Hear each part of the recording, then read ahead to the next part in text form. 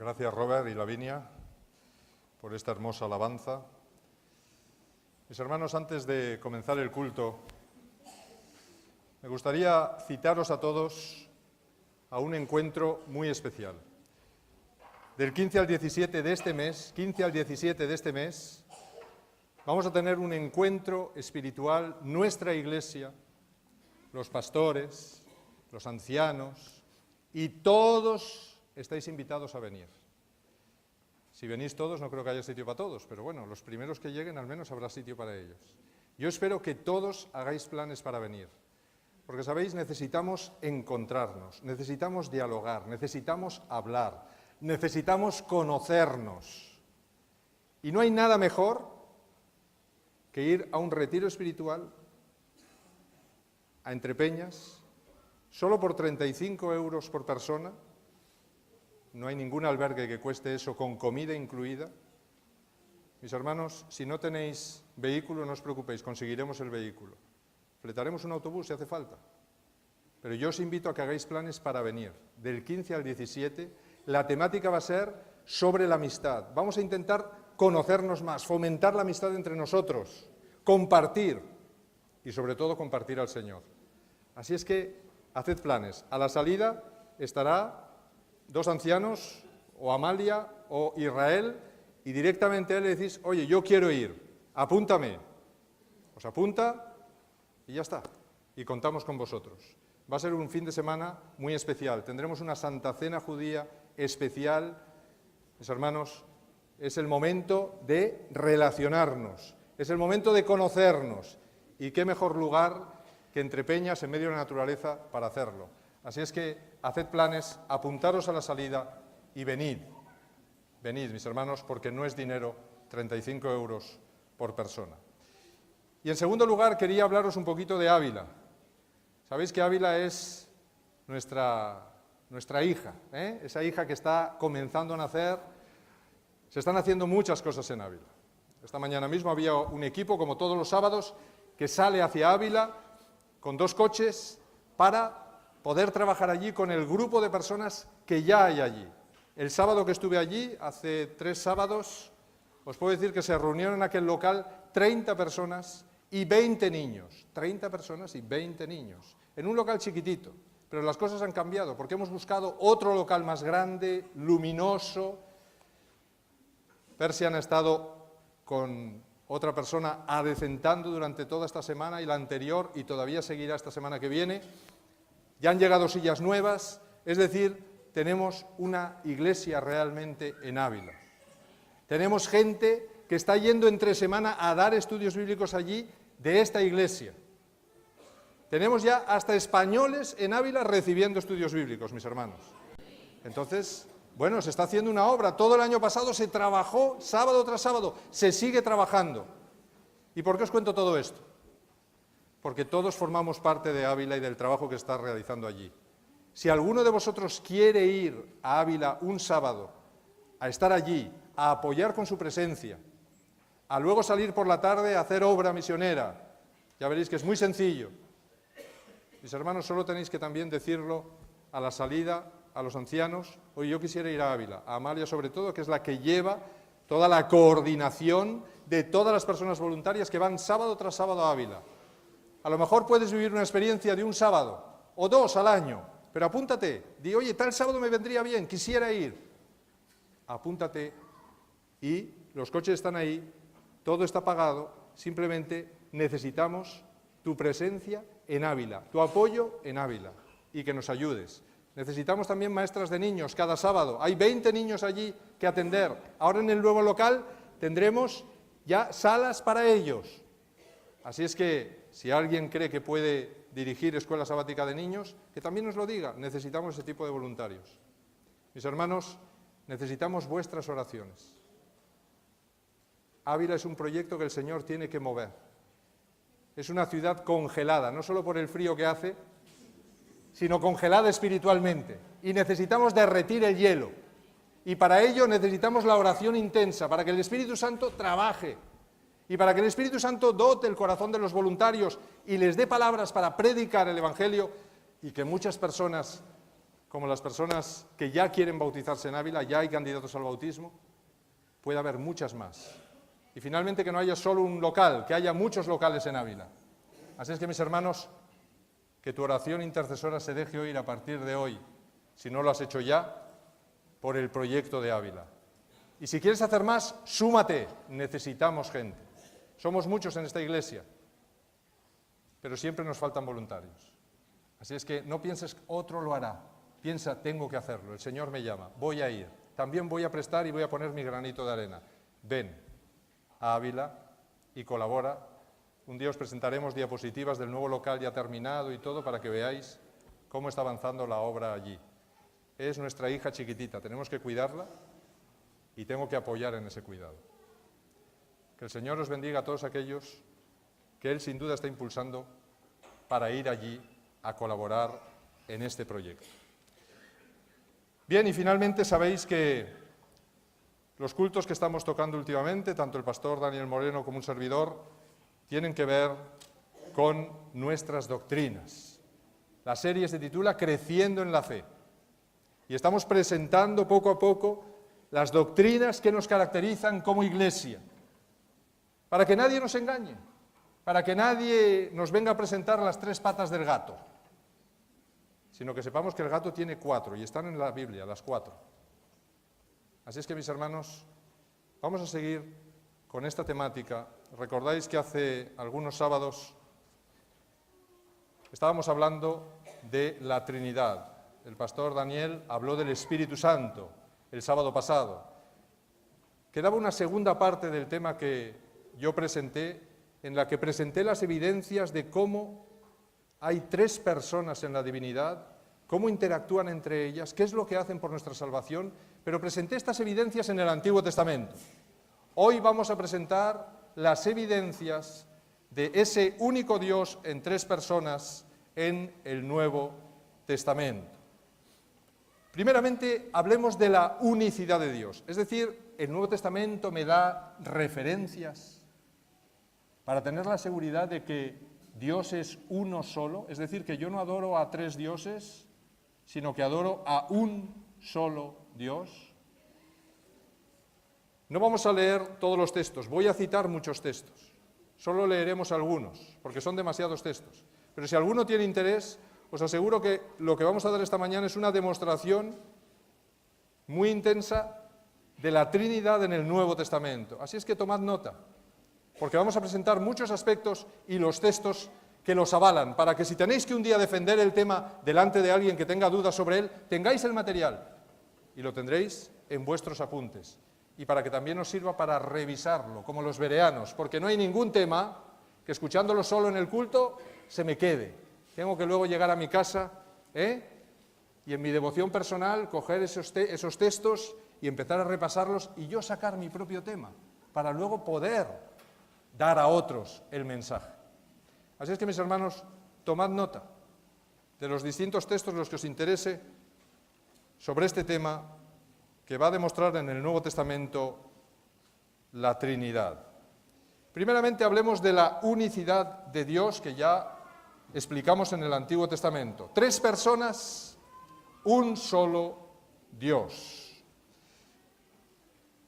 En Marcos capítulo 12, versículos 29 al 32, Jesús empleó el Shema de Israel. ¿Cuál es el Shema de Israel?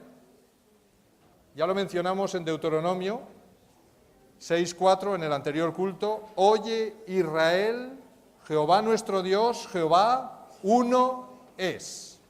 Y vimos que ahí aparecía en ese uno la palabra Ejad, que es una palabra que me habla de un Dios, pero en conjunto. Es decir, un Dios en varias personas, pero es un solo Dios.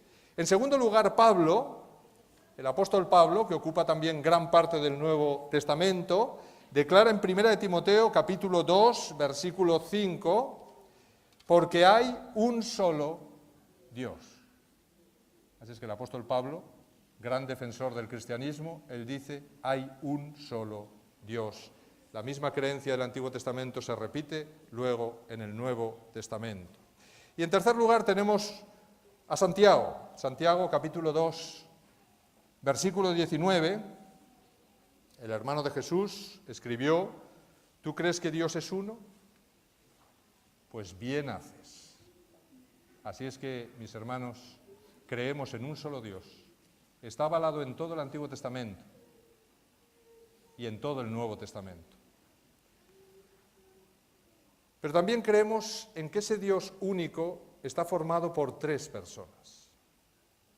Y esto no es un invento de la Iglesia Católica, como hay teorías por ahí dentro de la Iglesia, dentro de nuestra Iglesia, corriendo, que sacan a gente de nuestras filas. No es un invento de la Iglesia Católica, es directamente bíblico, puramente bíblico. Nuestro Dios está formado por tres personas. Bueno, una prueba tangible de que nuestro Dios está formado por tres personas es que si creemos que Dios nos hizo a su imagen, ¿verdad? ¿Cuántas personas forman, vamos a decir, la familia mínima? ¿Cuántas personas forman una familia mínima? Tres personas, ¿verdad? Un padre, una madre y un hijo. Así es que si nos creó a su imagen, creó a la familia ¿para qué? Para que viéramos cómo tenemos que amarnos, para que en el amor que nos tenemos, el padre, la madre y el hijo o los hijos, pudiéramos ver un reflejo de el amor que tienen entre ellos el Padre, el Hijo y el Espíritu Santo, la unión que tienen entre ellos. Por eso Elena de White dice que nuestro hogar debería ser un trocito del cielo en la tierra. Si realmente Jesús, el Espíritu Santo y el Padre moran en cada uno de los corazones de esa familia. Fijaros en esa pluralidad de Dios, en el título de Dios. ¿A quién se le dio el título de Dios? ¿Solamente al Padre? Jesús llamó a su Padre Dios, en Juan 6:27. En Juan 6:27 Jesús llama a su Padre Dios. El apóstol Juan, al referirse a Jesús como el Verbo, vamos a ir a Juan, porque de Juan vamos a tocar varios textos. Juan capítulo 1, versículo 1, y dice ahí: en el principio era el Verbo, y el Verbo estaba con Dios, y el Verbo era Dios. Mis hermanos, este texto es uno de esos textos irrefutables que muestran que Jesús no solo es Dios, sino que existía como persona independiente al lado de Dios desde la eternidad. Es decir, que no tuvo un comienzo, como dicen algunos, que en algún momento, pues, como si Dios tuviera un parto, ¿verdad?, y de ahí salió Jesús, tuvo una existencia posterior a la del Padre. No. Ese texto me está diciendo que desde la eternidad más remota, cuando Dios el Padre existía, también existía el Hijo. Y también existía el Espíritu Santo. Pero este texto me dice claramente que Jesús, que es el Verbo, dice que el Verbo era Dios. No vale eso de era un Dios, como dicen los testigos de Jehová. No hay uno, no hay ese artículo que ponen ellos, no existe en el original. Juan dice claramente que Jesús, el Verbo, era Dios desde la eternidad junto con el Padre. La ausencia del artículo determinante él antes de Dios en griego significa que se está refiriendo a la clase de ser que es Jesús. Así es que no dice el Dios, sino que dice Dios. Está diciendo que su naturaleza es Dios. Eso es lo que está diciendo literalmente el texto. En Juan 1:18 se vuelve a decir lo mismo, pero esta vez del Padre, diciendo que el Padre es Dios. Y tampoco hay artículo determinante delante, con lo cual está diciendo que la naturaleza del Padre es la divina, la misma naturaleza que se le aplica a Jesús. También el apóstol Pablo dice en Hebreos, capítulo 1, versículo 8, al referirse a lo que Dios, el Padre, dijo acerca de Jesús, su Hijo, dice: mas el Hijo dice, tu trono, oh Dios, por los siglos de los siglos. Es el Padre que está hablando del Hijo y dice, hablando del trono del Hijo, tu trono, oh Dios. Así es que está llamando el Padre a su Hijo Dios, con todas las palabras. y le dice, tu trono es por los siglos de los siglos. Es decir, tu trono es eterno. Luego no tiene principio ni tiene fin. Luego Jesús ya existía con su trono desde el principio de la eternidad y seguirá por toda la eternidad. Cuando el apóstol Pedro confrontó a Ananías y a Safira, ¿recordáis quién eran Ananías y Safira, verdad? ¿Qué problema tenían? Habían prometido a la iglesia que iban a vender un terreno y que iban a donar la totalidad del dinero a la iglesia. Pero se ve que cuando vendieron el terreno y tuvieron todo el fajo de billetes en las manos, o de monedas en las manos de aquella época, ¿verdad? Pues dijeron, uff, qué de dinero. Y les entró la tentación de decir, bueno, como no hemos dicho por qué cantidad la íbamos a vender, pues nos quedamos con parte del dinero y solo entregamos una parte del dinero y decimos que por esta cantidad hemos vendido el terreno. Nadie sabía por qué cantidad lo habían vendido, solo ellos lo sabían. Pero había alguien más que lo sabía. ¿Quién lo sabía? Dios lo sabía. Dios lo sabía. Y allí se presenta Ananías con su parte del dinero diciendo, aquí está todo el dinero, y se lo lleva allí a la mesa a los apóstoles. ¿Y qué le dijo inmediatamente el apóstol Pedro? En Hechos 5, del 3 al 5, le dijo, ¿por qué estás mintiendo a Dios? Y añadió, estás mintiendo al Espíritu Santo. Así es que claramente, en ese texto, si lo leéis atentamente, veréis cómo Pedro está llamando al Espíritu Santo Dios, y está diciendo que le está mintiendo al haber quitado parte del dinero. Bien, la Trinidad son tres personas distintas, no manifestaciones de una misma persona. Hay personas dentro de nuestra iglesia, yo lo he escuchado a miembros de iglesia de toda la vida decir, no, pero es que realmente es un solo Dios que hace papeles. Es decir, que una vez hace el papel del Padre, otras veces hace el papel del Hijo y otras veces hace el papel del Espíritu Santo, pero es la misma persona. Bueno, esta es una forma muy humana de intentar explicar estas tres personas, un solo Dios, esto no me entra en la cabeza. Sin embargo, la Biblia no me dice eso. La Biblia me dice que son tres personas y los tres son Dios, pero solo hay un Dios. Es decir, están tan unidos que solo hay un Dios. Realmente Dios sería el título o el nombre de la familia divina. Entonces, claro, esa familia está formada por el Padre, el Hijo y el Espíritu Santo. Tres personas. ¿Cómo podemos estar seguros de que realmente son tres personas distintas, el uno del otro, individuales el uno del otro, y que no hacen papeles? Bien, tenemos muchos textos, pero un texto llamativo es el propio Juan 1.1 que hemos leído antes. En Juan 1.1 dice exactamente que no solo el Verbo era Dios, sino que el Verbo estaba con Dios. Así es que claramente está diciendo que el Verbo, que es Jesús, está con Dios, que está aquí al lado y el Verbo está aquí. Está con Él. Si yo digo que mi mujer está conmigo, todos entenderéis que mi mujer es una persona y yo soy otra persona. No entenderéis que somos la misma persona haciendo papeles. Pues esto es lo que está diciendo aquí. Está diciendo que el Verbo es una persona que está con Dios desde la eternidad, junto a Él, al lado de Él, como persona independiente. En segundo lugar, en Hebreos 1.8 dice, mas del Hijo dice. En el registro de Hebreos 1.8 veis que el Padre está hablando del Hijo como otra persona, diferente a Él y al lado de Él. Así es que claramente Hebreos 1.8, cuando el Padre habla del Hijo, habla de otra persona, no está hablando de Él mismo. En tercer lugar, cuando salió de las aguas del bautismo, Jesús estaba en el agua. Y en ese momento, ¿qué ocurrió? Se abrió el cielo. ¿Sabéis? Llevaba 400 años cerrado. Los judíos lo llamaban el tiempo del silencio de Dios, porque desde que se cerró el Antiguo Testamento no había habido revelación ninguna.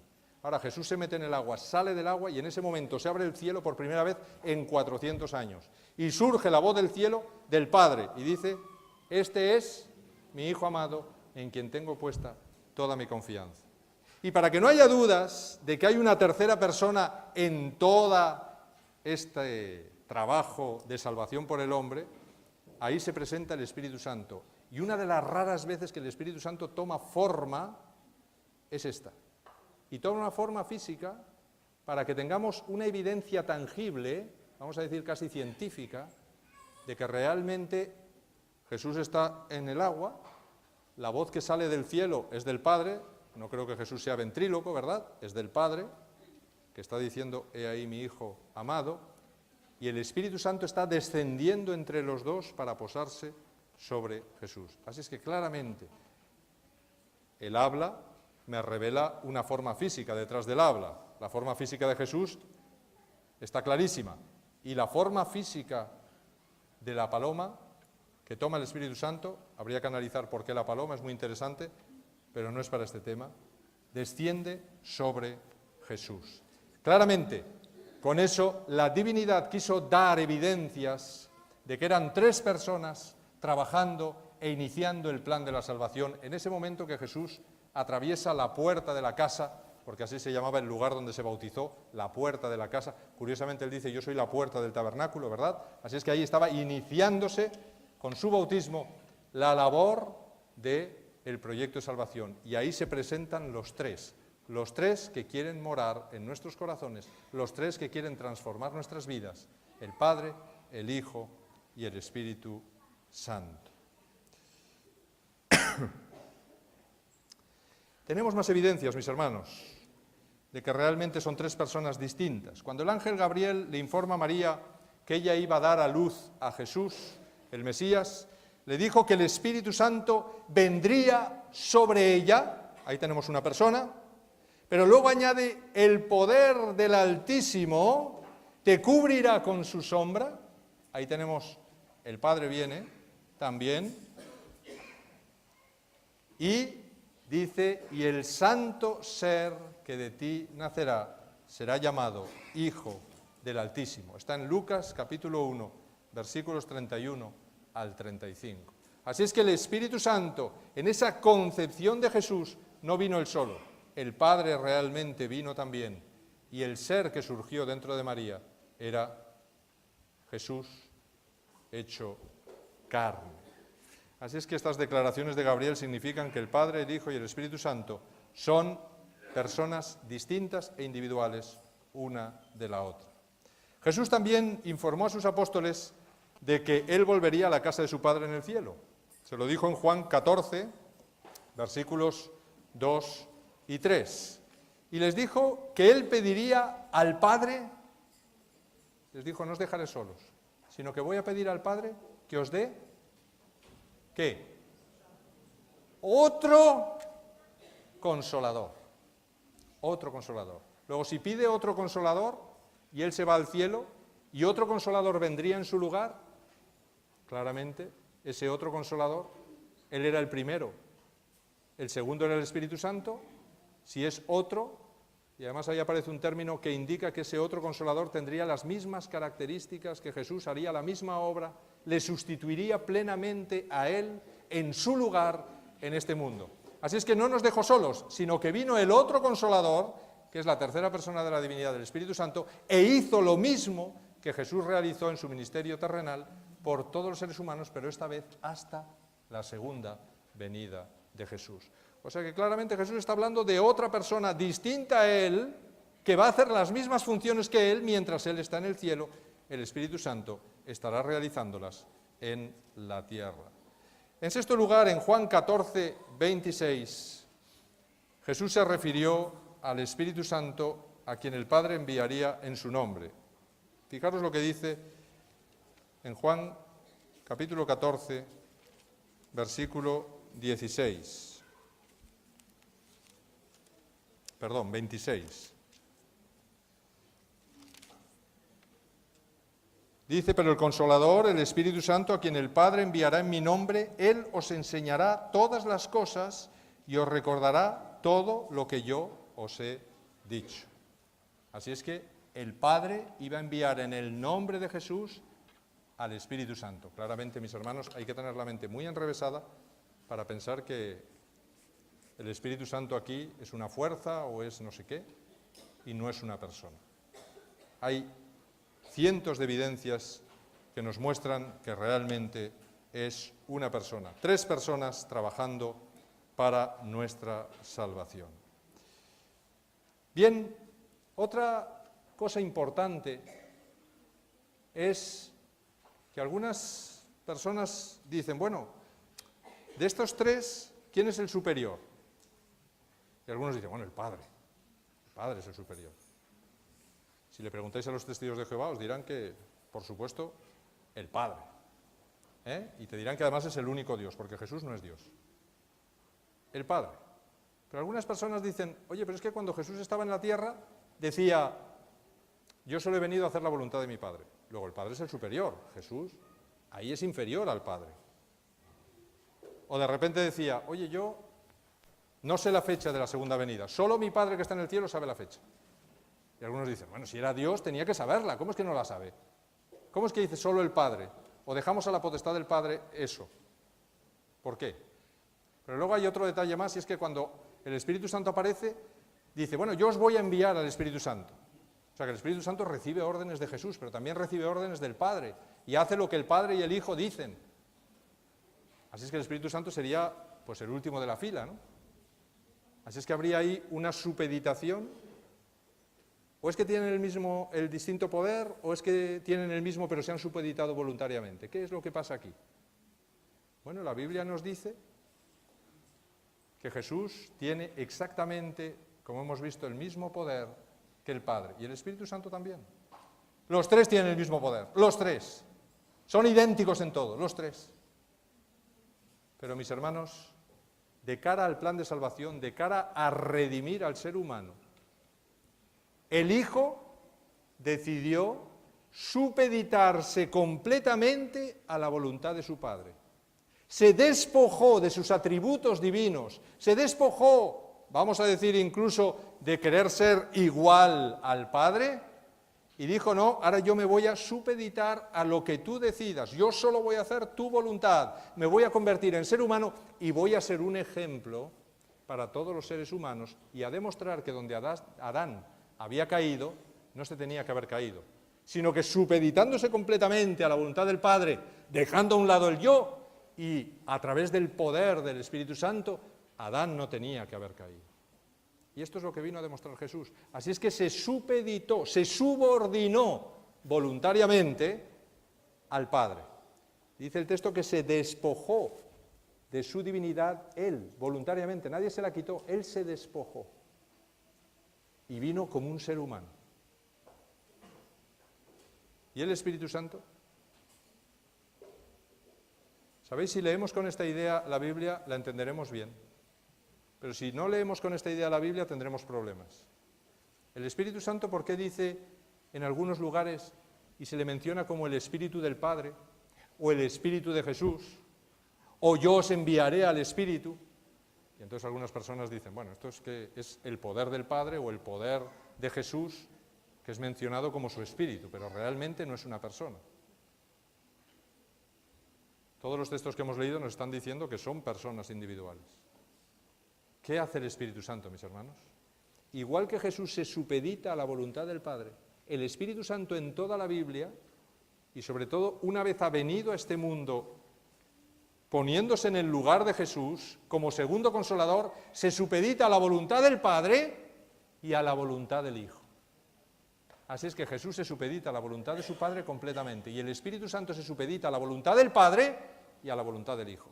Y cuando leamos los textos y tenemos en cuenta esto, entenderemos. ¿Por qué Jesús no sabía la fecha de la segunda venida? Porque estaba hablando desde la tierra como ser humano. Y posiblemente en ese momento no la sabía. Así es que él dijo realmente lo que había. Porque se había despojado de sus atributos divinos. Pero seguía siendo Dios. Pero se había supeditado. Y entonces entenderé perfectamente lo que está ocurriendo. Y el Espíritu Santo igual. Se supedita a la voluntad del Padre o a la voluntad del Hijo. Pero esto no quiere decir que exista desigualdad entre los tres. No hay desigualdad ninguna. Se han supeditado voluntariamente, pero son los tres iguales. Y vamos a aportar textos que muestren que son los tres iguales. Primeramente, Jesús enseñó a los creyentes que deben ser bautizados en el nombre de ¿quién? Del Padre, del Hijo y del Espíritu Santo. ¿Por qué? Porque los tres actúan en nuestra salvación. Los tres son vitales para nuestra salvación. No puedo decir Jesús me salva, no. Y el Padre me salva y el Espíritu Santo me salva. Y ahora veremos cómo sin el Padre o sin el Espíritu Santo Jesús no podría hacer nada. Porque cada uno toma una parte de la redención y es vital en esa parte de la redención. Así es que ninguno de los tres debe ser excluido. Y yo hago un pacto en las aguas bautismales con el Padre, con el Hijo y con el Espíritu Santo. Y les pido a los tres que actúen en mi vida para que yo realmente pueda vencer en la carrera de la fe.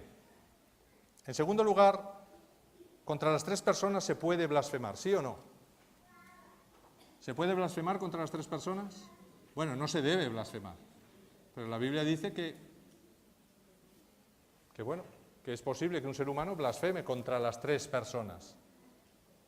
Y tenemos textos que lo dicen, claramente. Por ejemplo, en Apocalipsis 13:6 se habla de la blasfemia contra el Padre. Apocalipsis 13:6. En Lucas 22, del 63 al 65, se me muestra cómo los soldados romanos están golpeando, insultando y abofeteando a Jesús. ¿Estaban blasfemando contra él?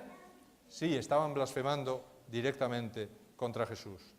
Y en Mateo 12:31 se me habla de la blasfemia contra el Espíritu Santo. ¿Qué es blasfemar, mis hermanos? La blasfemia solo puede ser contra Dios. No hay blasfemia si no es Dios. Así es que si se blasfema contra el Padre, se blasfema contra el Hijo y se blasfema contra el Espíritu Santo, quiere decir que los tres son Dios. Los tres tienen el mismo estatus. Es otra prueba más de que el Padre, el Hijo y el Espíritu Santo son Dios. Jesús también aseveró que Él, el Padre y el Espíritu Santo morarían con los creyentes. Es un texto muy interesante, fijaros, está en Juan 14, versículos 16 al 17. Juan 14, versículos 16 al 17. A veces pensamos que solo el Espíritu Santo mora en nosotros, pero este texto me dice que no es así. Fijaros lo que dice en los versículos 16 al 17. Yo rogaré al Padre y os dará otro Consolador para que esté con vosotros para siempre, el Espíritu de verdad, el cual el mundo no puede recibir porque no lo ve ni lo conoce, pero vosotros lo conocéis porque vive en vosotros y estará en vosotros. No os dejaré huérfanos, sino que volveré a vosotros. Y si vamos hasta el 23, en el 23 dice, respondió Jesús y le dijo, el que me ama, mi palabra guardará, y mi Padre lo amará, y vendremos a él y haremos morada en él. Así es que, mis hermanos, ¿quién quiere morar en nosotros? No solo el Espíritu Santo. A través del Espíritu Santo está tan íntimamente unido al Padre y al Hijo que también mora ¿quién? El Padre y el Hijo. El Padre, el Hijo y el Espíritu Santo, los tres quieren hacer de nuestro cuerpo un templo para ellos. Claramente lo está diciendo.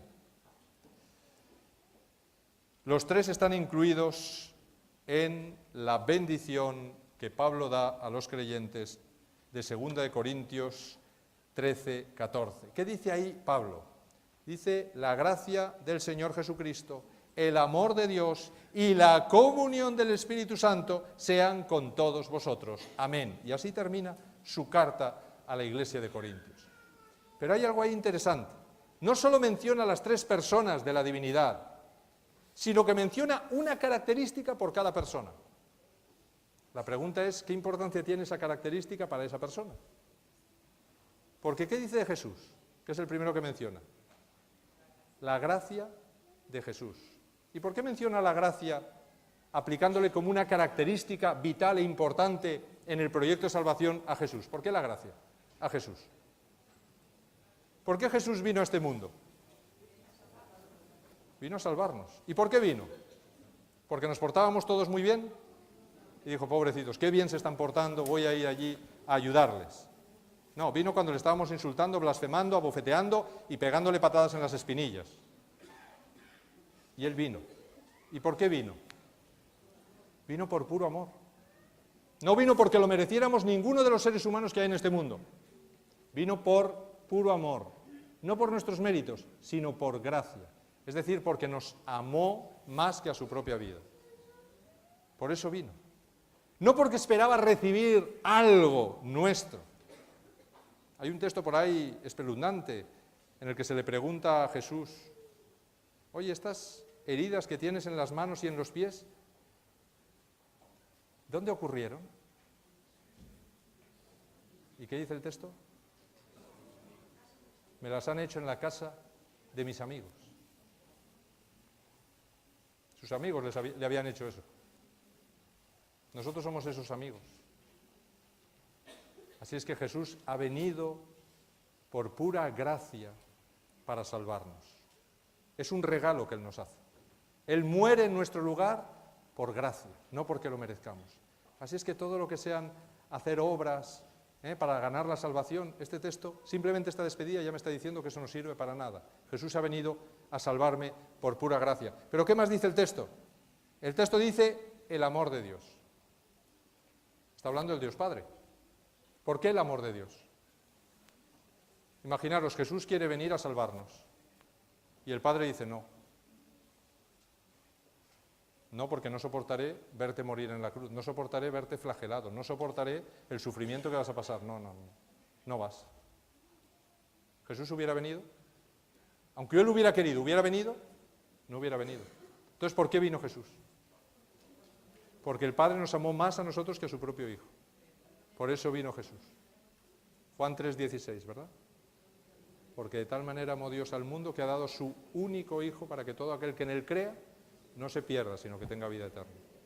Entonces, ¿cuál es la característica principal del Padre en el plan de salvación? Su amor.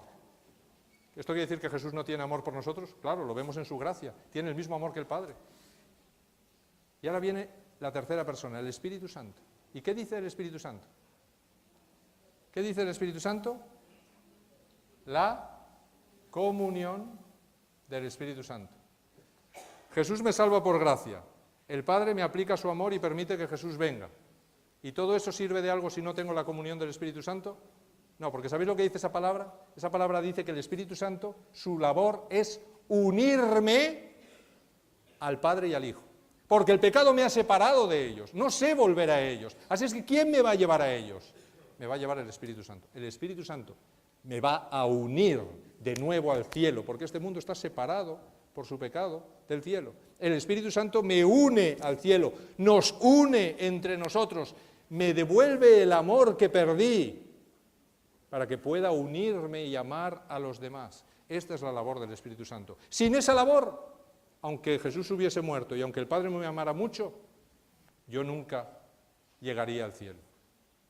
Porque el que me lleva hacia el cielo, el que me hace vencer el pecado, que son los obstáculos que Satanás pone en mi camino, el que me da el poder para llegar allí, el que me lleva a unirme, es el Espíritu Santo.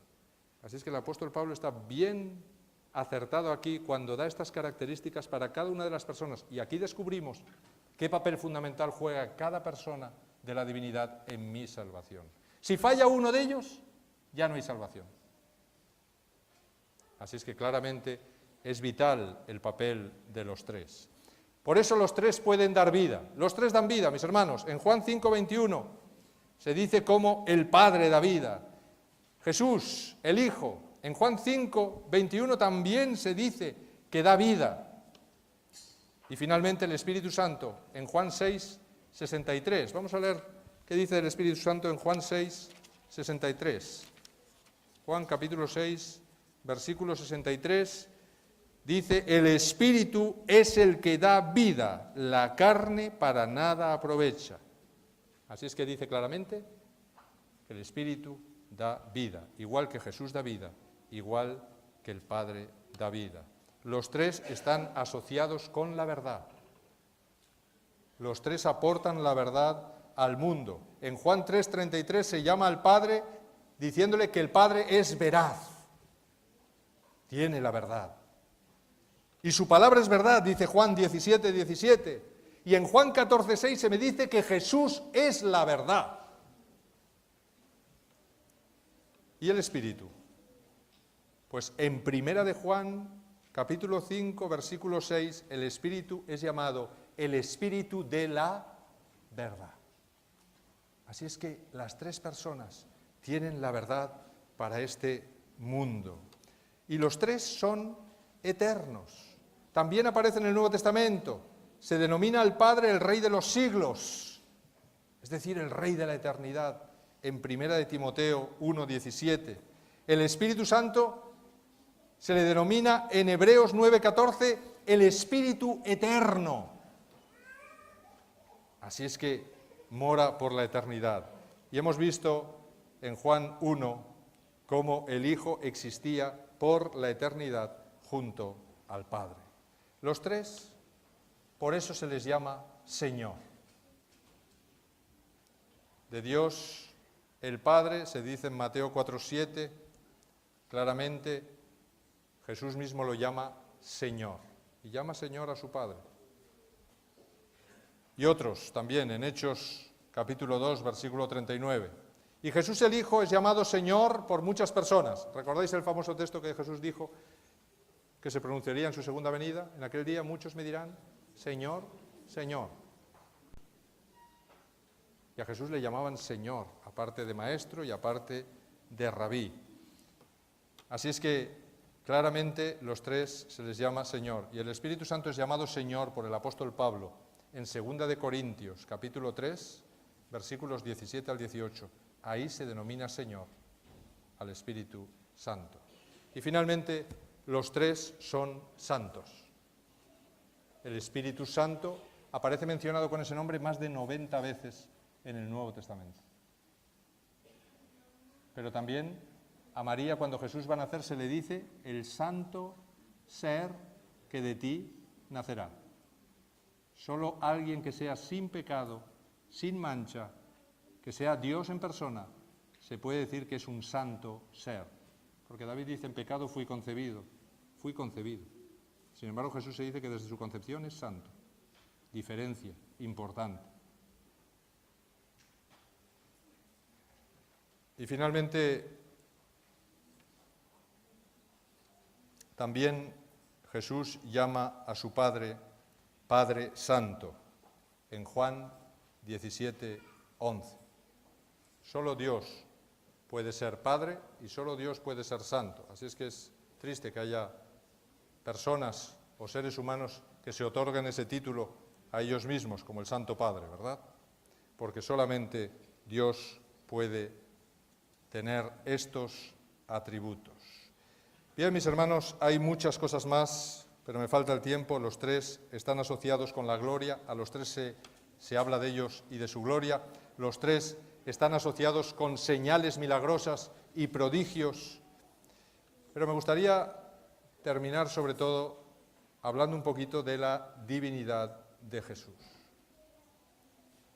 ¿Qué nos dice el Nuevo Testamento sobre la divinidad de Jesús? Y solo vamos a leer unos poquitos textos, o mencionar unos pocos textos. Primeramente, en el Nuevo Testamento se enseña que solo Dios debe ser adorado.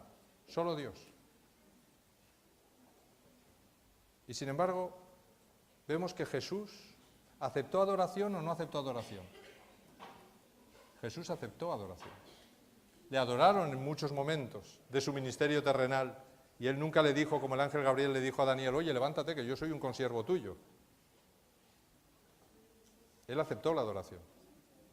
Él aceptó que se le adorara como Dios. En segundo lugar, Jesús afirmó tener la misma esencia o naturaleza divina que el Padre, cuando declaró, yo y mi Padre uno somos, en Juan 10:30. Yo y mi Padre uno, misma esencia, misma naturaleza, somos. Y dijo, Hijo de Dios soy, en Juan 10:36. ¿Y sabéis cuando sus enemigos, los judíos, escucharon esas palabras? ¿Qué dijeron que había dicho? Una blasfemia. Así es que ellos sí sabían lo que había dicho. Se había hecho Dios a sí mismo, o él decía que era Dios, al decir que era el Hijo de Dios. Así es que ellos sí creían que él al decir eso, estaba asumiendo que tenía la misma naturaleza que el Padre, y por eso consideraron que había cometido una blasfemia. Y realmente Jesús efectivamente posee la naturaleza de la divinidad en toda su plenitud. Lo dice Colosenses 2:9. Dice que Jesús, aún en su cuerpo humano, estaba, ¿qué? Lleno de toda la plenitud de la divinidad. Cuando Él se transfiguró, ¿qué vieron los apóstoles? ¿Qué vieron que salía de ese cuerpo humano? Salía luz. Dicen los evangelios que salía luz como el sol. Así es que, ¿qué había dentro de Él? Su divinidad, que Él tenía velada, tapada por el cuerpo humano, que no podía emplear, porque si lo hubiera empleado, en ese momento Satanás hubiera dicho, tú perdiste, porque es que estás empleando tu poder de Dios. Aquí yo estoy peleando con un ser humano, según tú dices que eres. Un ser humano, Satanás dice, no puede vencer. Y Jesús dice, sí, perdona, un ser humano, como Adán, podía vencer. Y esto es lo que Jesús vino a demostrar. Solo les mostró a sus discípulos que en Él habitaba corporalmente toda la plenitud, el poder de Dios, solo que no lo empleaba. Porque si no hubiera perdido la batalla con Satanás. Y finalmente, mis hermanos, deciros que el Espíritu Santo, ese consolador que Jesús dejó en su lugar, en todo el Nuevo Testamento se le dan cientos de atributos que solo las personas tienen, Porque el Espíritu Santo pues tiene inteligencia, tiene voluntad, tiene afectos, investiga, habla, testifica, ordena, revela, se empeña, crea, hace, intercede, resucita a los muertos, decide a quién les da dones, decide que a aquella ciudad no vas a aquella. El Espíritu Santo lo decide todo, es el director de orquesta de la Iglesia en este mundo. ¿Cómo lo puede hacer? Es una fuerza. ¿Puede hacerlo una fuerza? No puede hacer una fuerza. Tiene que hacerlo una persona inteligente, pensante, que gime por nosotros con gemidos indecibles, que es contristada cuando lo resistimos. Es decir, se entristece. ¿Cómo se entristece un poder? No puede entristecerse un poder. El Espíritu Santo, mis hermanos, todos los textos del Antiguo Testamento y del Nuevo Testamento nos dicen que es una persona vital. Tan vital como Jesús o tan vital como el Padre, para que podamos alcanzar la salvación. Si el Espíritu Santo ahora mismo dejara de actuar en este mundo, ¿sabéis lo que ocurriría? Bueno, todos seríamos algo parecido a los demonios. Esto es lo que ocurriría, instantáneamente. ¿Por qué no lo somos? Pues no lo somos porque el Espíritu Santo está refrenando los instintos asesinos que tiene todo ser humano cuando nace. Y desde que nace el Espíritu Santo lucha y pelea. ¿Qué dijo que haría el Espíritu Santo durante los 120 años que tardó en construirse el arca? ¿Qué haría?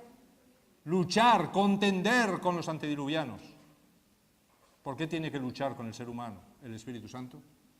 Para refrenar los instintos que Satanás pone en nuestra naturaleza caída. Por eso Elena de White dice que cuando el Espíritu Santo, justo antes de la segunda venida de Jesús, cuando se acabe el tiempo de gracia, se retire de este mundo, ¿sabéis lo que ella dice que ocurrirá? Bueno, dice exactamente eso que os acabo de decir, que los seres humanos se parecerán más a demonios que a cualquier otra cosa. Dejará de haber arrepentimiento, dejará de haber dolor por cualquier acto que hacemos incorrecto. Y nuestro mundo realmente será un apocalipsis, que Elena de White dice que las escenas que ella vio son indescriptibles del horror que le produjeron. Solo el Espíritu Santo se quedará junto a aquellos que le han aceptado como persona, que le han aceptado como su amigo, que le han pedido que se quede con ellos, y Él se mantendrá al lado de aquellos, y junto con Él estará Jesús y el Padre, mientras pasa todo ese terrible tiempo de angustia en el que el mundo será dirigido únicamente por Satanás. Solo aquellos que hayan reconocido que el Padre, el Hijo y el Espíritu Santo son sus amigos, que hayan permitido que moren en ellos, que hayan permitido que su cuerpo sea el templo del Espíritu Santo, que no se hayan contaminado con cosas terribles que impiden que el Padre y el Hijo y el Espíritu Santo quieran morar aquí porque está lleno de basura, si yo le meto tabaco, si le meto drogas, si le meto alcohol, si le meto cualquier porquería de esas, si veo a través de mis ojos inmoralidades sexuales o de cualquier otro tipo, estoy contaminando el templo y estoy diciéndole al Espíritu Santo que se marche de mí.